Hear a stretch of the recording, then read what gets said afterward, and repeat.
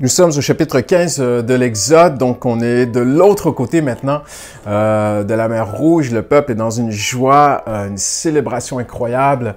Et il y a ce fameux chant de Moïse qui va être présenté. Et j'aimerais attirer ton attention aujourd'hui. On va prendre le texte, si tu peux vraiment me suivre, on va prendre le texte tout doucement, calmement, parce que le Saint-Esprit vraiment doit faire cet effet en nous. Il y a quelque chose qui va apparaître dans Exode 15 qui a interpellé et a eu un impact sur ma vie personnelle il y a peut-être déjà 4 ans de cela, 4-5 ans. Je n'avais jamais remarqué, mais Moïse va vraiment prophétiser quelque chose qui n'avait jamais été annoncé avant lui sur la terre. C'est qu'il y avait dans le cœur de Dieu un profond désir, un vif désir brûlant de descendre du ciel, littéralement, et de venir habiter parmi nous, avec toi et moi, sur terre, avoir sa maison parmi nous. Son temple, avec le lieu saint, le lieu très saint, le tabernacle, la tente d'assignation, ces textes-là qu'on va voir bientôt, qui nous révèlent aussi des choses merveilleuses, mais c'était encore plus profond comme annonce, c'était que Dieu allait le faire par Jésus un jour à 2 niveaux. D'une façon personnelle, mais aussi d'une façon interpersonnelle à travers l'Église. Dieu ne veut pas que tu sois isolé.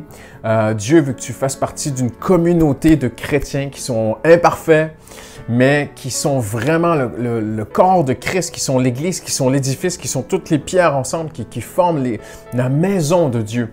Et c'est ce que le Nouveau Testament enseigne. Et c'est très, très particulier parce que avant Exode, il n'y a aucune mention de cette vérité dans la Genèse. Aucune. Zéro.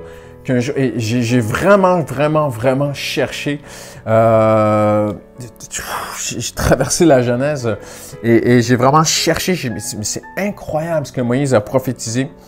Et il arrive au verset 13, OK? Et il dit ceci. Tu conduisais par ta fidélité le peuple, tu le conduiras.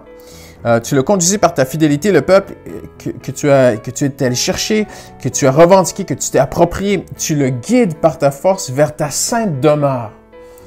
Première mention d'une demeure, une habitation de Dieu sur terre parmi les hommes. Il n'y en a pas, on n'en voit aucune avant, aucune mention avant Exode 15. Et c'est ce qu'il dit au verset 15, au verset 13 du chapitre 15. Il le reprend au verset 17. Ça dit, tu les fais entrer et tu les plantes sur la montagne de ton patrimoine. Tu as préparé, Seigneur, un lieu pour y habiter. Tes mains ont fondé, ô Dieu, un sanctuaire. Le Seigneur règne à tout jamais. Et c'est littéralement l'annonce de quelque chose de nouveau. Probablement que les anges ont découvert ceci. Même le diable, Satan lui-même, le ciel, la terre, l'enfer, tout le monde a quelque chose de nouveau. Dieu a un projet. C'était pas que de libérer son peuple et de les amener en Canaan et de leur donner une terre promise, comme Dieu l'avait promis à Abraham. Mais c'est plus. Dieu veut venir habiter parmi eux. Et les mots ici sont très forts qui sont utilisés. C'est Dieu. Les mots qui sont utilisés représentent vraiment un acte fort, un acte très solide de Dieu, un acte qui est inébranlable. Ça parle de ça. Tu les as conduits dans ta fidélité. Et le mot ici, conduire, c'était le mot qui était utilisé pour quelqu'un qui conduit un groupe avec une torche dans la nuit. Mais le mot aussi signifiait littéralement en hébreu conduire, mais en pourvoyant tout. Une provision. Et Moïse dit, Seigneur, tu es en train de conduire ton peuple vers un lieu où ils vont habiter, ils vont vivre avec toi, tu vas vivre parmi eux et tu vas pourvoir tout. Tu les conduis, tu pourvois tout, tu les diriges comme une torche. Et littéralement, on sait que la colonne de nuée était comme une torche immense qui conduisait le peuple. Et le Seigneur a touché mon cœur en 2016 et je l'ai partagé aussi à l'Église Paris Métropole et c'est aussi le même texte que Dieu avait donné au pasteur Franck Lefillard 10 ans auparavant lorsqu'il a appelé Esther et lui, son épouse, à venir sur Paris. Et ça a été un texte à travers beaucoup d'éléments. Ça a été la parole de Dieu qui a vraiment confirmé que Dieu nous appelait à venir sur Paris. Dieu avait mis sur notre cœur en 2005, quand j'étais au Canada, qu'un jour je servirais Dieu au cœur de Paris. Et je ne voyais pas comment ça pouvait se faire.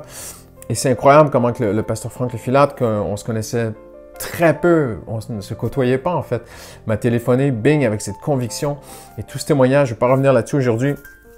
Mais mon point est celui-ci. Mon point n'est pas mon témoignage. Mon point, c'est ce plan de Dieu. Dieu a un grand plan ultime pour ta vie, pour ma vie, et ça dépasse le fait de pourvoir à nos besoins, le fait de nous protéger, le fait de nous diriger, le fait de nous bénir. Il faut remettre les choses à leur place. Voyez-vous, le soleil ne tourne pas autour de la terre. De la même façon, Dieu ne tourne pas autour de nous. C'est Dieu qui est le centre et c'est nous qui gravitons autour de Dieu, si je peux m'exprimer ici. Dieu a un projet qui dépasse mon petit bien-être personnel. Il faut vraiment fuir cet évangile où le chrétien cherche seulement à ce que Dieu le bénisse, à ce que Dieu réponde à ses besoins, à ce qu'il faut un remède miracle, il faut une réponse rapide, fix me, il faut que Dieu me répare, il faut que Dieu arrange ceci, cela dans ma vie pour que je puisse retourner vaquer à mes occupations ou même mes divertissements. C'est pas ça l'Évangile. Vraiment, c'est pas ça être chrétien. Être chrétien, c'est vivre pour Dieu. Je ne sais pas si je me répète pour vous aujourd'hui, mais c'est intéressant de voir que seulement 23 fois dans le Nouveau Testament, Jésus est présenté comme sauveur, mais autour de 700 fois, Jésus est présenté comme le Maître suprême qui possède nos vies et qui possède nos biens. Et Dieu n'est pas à mon service, c'est moi qui suis au service de Dieu. Et Dieu a un plan. Il a un plan, c'est qu'il m'invite et vraiment servir Dieu et suivre Dieu, eh bien, c'est de rentrer dans ce plan. Et si j'accepte de vivre pour les intérêts de Dieu, Dieu va certainement s'occuper de tous mes besoins. Certainement, il sera là, il sera fidèle. Mais le plan de Dieu, c'est Exode 15, 13 et 17. Dieu est en train de se fabriquer, de se monter une église, une communauté de chrétiens. Et là où tu es, et en général, ces pensées vraiment sont d'abord pour l'église Paramétropole et mes frères et sœurs de l'église que j'aime de tout mon cœur. Dieu nous veut ensemble. Il veut qu'on puisse bâtir cette église ensemble dans Paris. On sait que c'est très difficile d'avoir une église dans Paris, mais Dieu nous y a mis. Et rien ne l'arrêtera. Rien ne peut arrêter son projet. Et ça, c'est Exode 15, 13. Et ça dit qu'il les plantera. Le mot planter, il y a un sens de fermeté ici. Un sens vraiment de bétonner le truc. Et c'est vraiment le cœur de Dieu que qu'il ait sa maison dans ton cœur, dans mon cœur, et que ça soit vraiment du béton, que ça soit un rocher, que ça soit solide, comme le temple à Jérusalem a été bâti sur un roc. Dieu veut vraiment bâtir ta vie sur lui qui est le roc, mais il veut aussi que son temple, sa maison soit dans ton cœur, que ton cœur, ta vie, ton esprit soit une maison de prière, soit à lui, qu'il soit vraiment au centre de ta vie, que ce soit lui le maître suprême de ta vie. Et que ton cœur soit cette maison de prière où tu es en communion avec lui, c'est vraiment le désir de Dieu. C'est le grand plan de Dieu d'éternité en éternité. C'est ce qu'il cherche. C'est pour ça qu'il est allé te chercher. C'est pour ça qu'il t'a ramené. C'est pour ça qu'il a pardonné tes péchés. C'est pour ça que Jésus a donné sa vie à la croix. C'est que Dieu a un plan et Moïse l'a annoncé. Dieu va se bâtir une maison et crois-moi, rien ni personne ne peut l'en empêcher. On peut brûler des églises dans des pays. La Chine peut passer des églises au bulldozer comme elle l'a fait. Elle n'arrêtera pas le projet de Dieu. Depuis 2000 ans, l'Église, à travers mer et monde et persécutions incroyables, l'Église n'a jamais cessé. Je parle de la vraie Église, hein, je ne parle pas d'autre chose. La vraie Église n'a jamais cessé de grandir, de s'étendre, de se déployer, de se solidifier, de grandir dans la foi, de vivre des choses extraordinaires et d'aller sur tous les villages et tous les raccoins du monde entier. Jésus est en train de bâtir son Église. Et il a dit, je bâtirai mon Église et les portes de l'enfer ne prévaudront point contre elle. Hébreux 2 nous dit aussi que Jésus est encore plus fidèle que Moïse l'a été sur ce qu'il a fait ici dans Exode, que Jésus est fidèle à construire sa maison. J'aimerais t'encourager aujourd'hui, si ton cœur est dans ce sens, si vraiment c'est le soupir de ton cœur, c'est le désir de ton cœur, Seigneur, je veux vivre pour toi, je veux vivre pour ton projet, je veux marcher avec toi, je suis pas là pour moi, je ne veux pas que Dieu soit là que pour moi, bien sûr qu'il est fidèle, il sera là pour nous, mais je veux d'abord être moi là pour lui. C'est à moi de vivre pour Dieu, ce n'est pas à Dieu de vivre pour moi. Et si vraiment ma vie est à lui, si j'entends à quel point c'était important, voyez-vous, pour les premiers chrétiens, aujourd'hui, il faut remettre les choses à leur place. Pour les premiers chrétiens, il y a 2000 ans, Jésus était leur maître suprême et ils étaient à son service.